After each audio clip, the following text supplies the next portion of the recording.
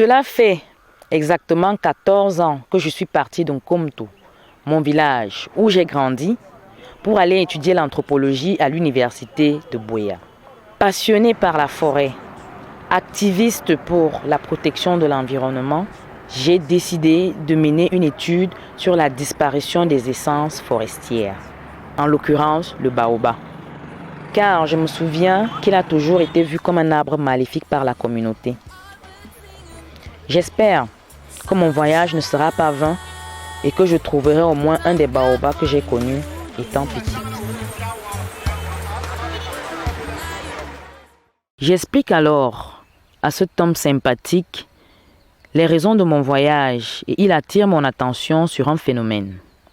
Zone urbaine. Oui, c'est déjà une zone urbaine. C'est déjà une zone urbaine. Donc je n'ai plus de village. Tu n'as plus de village. Wow. En vérité, tu n'as plus de village. C'est tout simplement parce que l'urbanisation est en train de s'étendre jusque là où toi tu te disais être ton village. Nkomtou est situé à 25 km de Yaoundé, la capitale politique du Cameroun, ce qui lui favorise une urbanisation rapide. Je m'inquiète alors de l'issue de mon voyage puisque le patrimoine forestier se trouve menacé.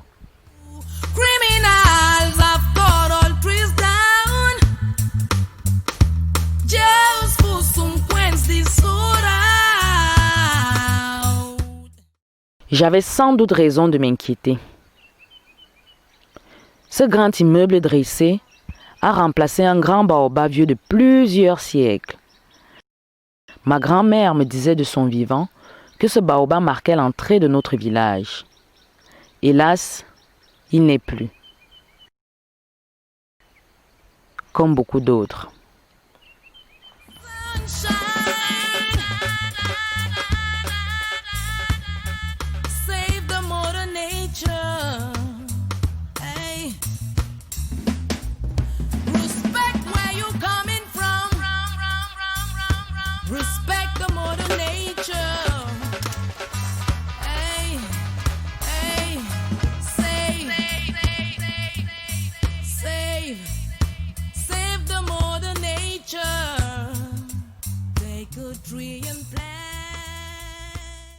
Le baobab que l'on retrouve en Nkomtou, encore appelé fromager, est un arbre majestueux par sa carrure. Il atteint parfois les 40 à 60 mètres de hauteur, 12 mètres de circonférence et 5 à 7 mètres de diamètre. Le baobab est un arbre longévif qui atteint parfois les 2000 ans d'existence. En langue locale qui est lettonne, le baobab a une charge sémantique plutôt positive, contrairement à toute la négativité qu'on lui attribue.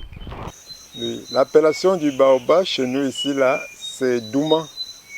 Douma qui signifie gloire. De ce fait, l'histoire du baobab est donc liée à l'existence de l'homme. Douma est l'un homme. Et le bétar bengali bimvam. La sia bois kwan. Douma. Que dit la science? Le nom scientifique du baobab, c'est le Ceiba pentandra. Et nous pouvons aussi ajouter que son nom commercial, c'est le fromager, qui appartient à la famille des bombacacées. Le baobab a des usages divers et peut être très utile à l'homme. Les jeunes feuilles du baobab, on les consomme sous forme de légumes. Les feuilles tendres, là, ça se consomme et c'est très nourrissant. D'autre part même, le baobab, il produit le coton. Le coton, si on regarde un peu quelque part, on pourra voir le coton, ça produit par saison.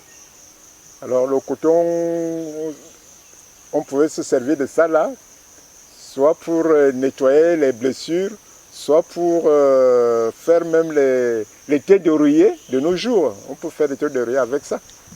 Vous voyez donc que le baobab est très utile. Ça servait même de l'arbre à palabre.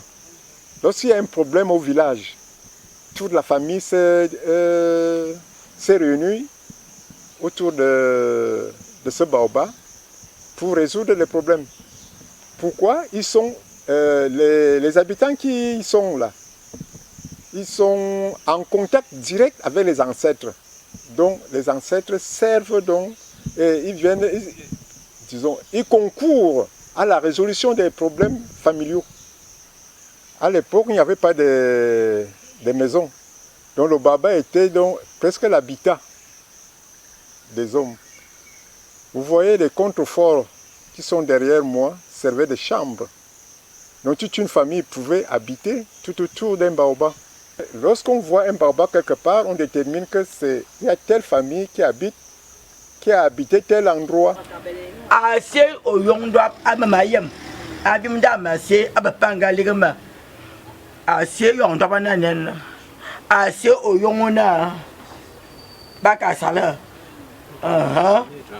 Le hernie anglais, c'est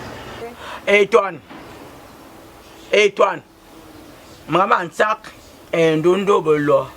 Le maman sac de ma telle andouane. Et de mon boine à cette étoile, à Siaboubiam. Belba sick. Belba kunibile. Un bébé intoera.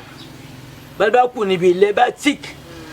On ne se souvient pas de lebi, bicam niakwan. Balanen. Tu as quoi la sonore, tu es fondé à sonore et tu as reçu bien mou. Nous avons belbatique, ou à quanté donc à ce bébé et bien voilà les à quanté, à mouiller le bi, bien bécam, il y a une barrière. Nous avons belbatique, bakouni bilé, on a une fondé à l'autre, bien bras quanté et bien voilà et bien pratique, bien bien. J'ai donc voulu savoir quelles sont les causes de la déforestation massive du baobab dans la localité de Nkomtou. Pour nous, ces causes peuvent être à la fois endogènes et exogènes. Il y a aussi les activités agricoles, que les gens, il n'y a plus de l'espace, la ville s'est installée et maintenant il faut donc trouver de quoi manger, faire l'agriculture vivrière. Maintenant on est obligé parce que le baobab, c'est aussi un arbre qui donne de l'ombre. Il faut donc couper pour qu'on essaie d'avoir de la lumière, disons, sur le sol. Nkometou est devenue une ville et la population devient cosmopolite. Il y a la religion aussi qui est venue donc influencer ces coutumes. C'est-à-dire qui demande qu'il faut seulement croire à Dieu et non aux ancêtres ou alors à ce que les ancêtres nous ont laissé. Mama ti jamla na duma anne bala ande pangi dam me yang bo pasteur bo nga soro bo nga jangla dona na duma na madame murusanga hapum.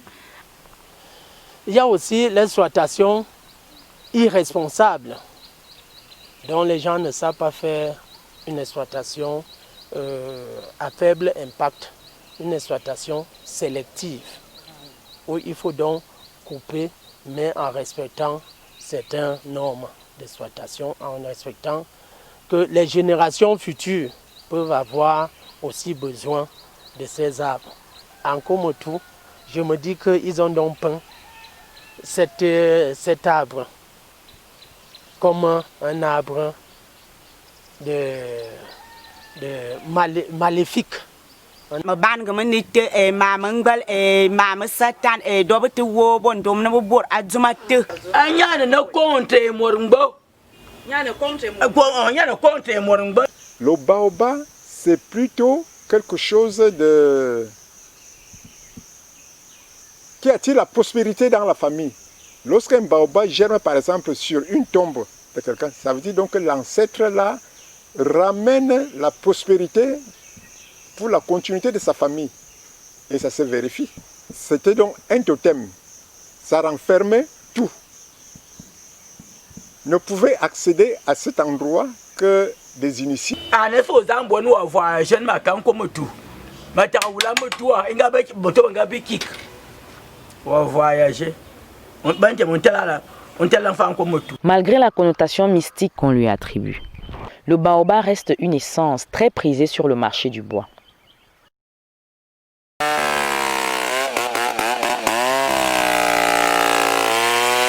Les constructions à l'époque, c'était en raffia, en de raffia, avec les murs en terre battue. L'évolution a voulu, n'est-ce pas, qu'on perfectionne les constructions Ce n'était plus avec la terre battue. Maintenant, les parpaings, il fallait faire les dalles, couler les dalles pour monter à niveau. Ça nécessitait des planches, n'est-ce pas, pour le coffrage. La demande est trop forte. Il n'y a qu'à voir dans la ville et la périphérie les immeubles qui, n'est-ce pas, jaillissent de terre chaque jour. Ça nécessite donc le coffrage. Et le coffrage, c'est à base du baobab. Ainsi donc, il tend à disparaître. Nous demanderions aux techniciens d'agriculture s'il y a lieu de cultiver le baobab pour ne pas perdre son genre, puisque la demande va au fil des ans s'accroître. Alors, les techniciens d'agriculture sauront, le moment venu, s'en rendant compte eux aussi, nous aider à apprendre aussi à cultiver ce baobab. Le baobab, c'est une essence forestière qui a des vertus, qui rend service à la nation. Le PIB du Cameroun a augmenté à cause de l'exploitation forestière. Et la forêt apporte de l'argent à la nation. Donc c'est un rôle pécuniaire. Les taxes forestières, donc que ce soit la redevance forestière, on découpe, ça sert au développement des communautés, ça sert au développement des communes, ça sert au développement de tout le pays. Vous savez, nous sommes dans un pays en émergence. Les villes grandissent. Mais que voulez-vous, s'il faut que, par exemple, la capitale s'étende jusqu'à plus de 50 km, il faudra bien abattre. C'est dommage, c'est quand même regrettable. Avant d'exploiter un arbre, que ce soit dans leur cacaoyère, que ce soit n'importe où, ils doivent se rapprocher des agents forestiers qui pourront les sensibiliser, qui pourront leur donner la meilleure information pour s'exploiter, pour qu'ils ne soient pas en marge de la législation camerounaise. Parce que le Cameroun a pris des engagements au niveau international, sous-régional et même africain dans la préservation de l'environnement et des écosystèmes forestiers au Cameroun. Au bout de mon étude, il se dresse alors un bilan alarmant de l'usage abusif et des croyances péjoratives à l'endroit du baobab qui pourraient le pousser à disparaître. Disparition qui ne sera pas sans effet sur l'environnement en général. Je repars ainsi à Yaoundé où je suis installé le cœur meurtri par la disparition des baobabs liés aux croyances, à l'urbanisation et aux activités agricoles.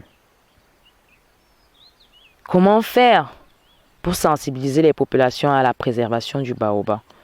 Comment attirer l'attention de nos dirigeants sur la nécessité à reboiser les baobabs?